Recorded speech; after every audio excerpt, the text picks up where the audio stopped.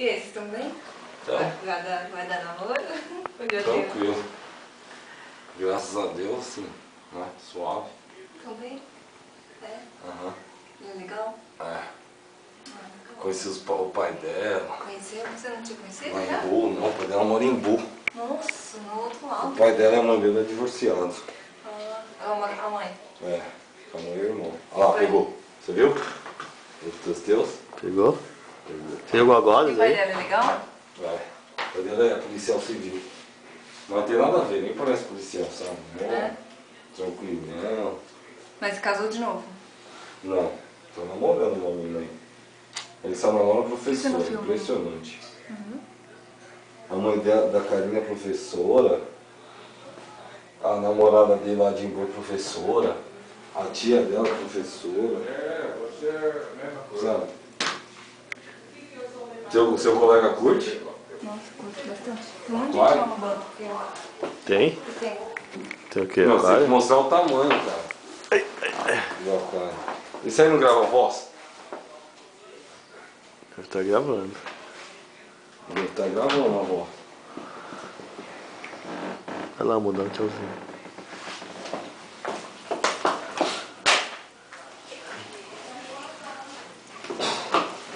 Eu não vou mostrar esse vídeo nem ferrando. Pô.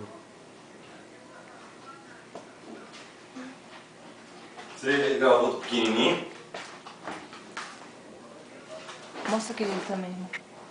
Opa. E ela gosta também.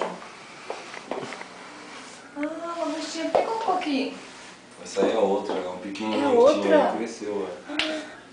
Ali tá, as duas tá ali, essa daí é outra. Caracas. Esse daí é pra comer os peixinhos mortos. São quantas lagostas? Tem duas lá e uma aqui.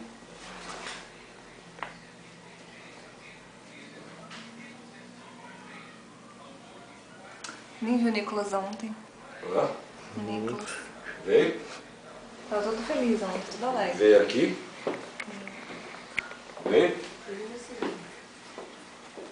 Ah, eu queria que a faca saísse, amor.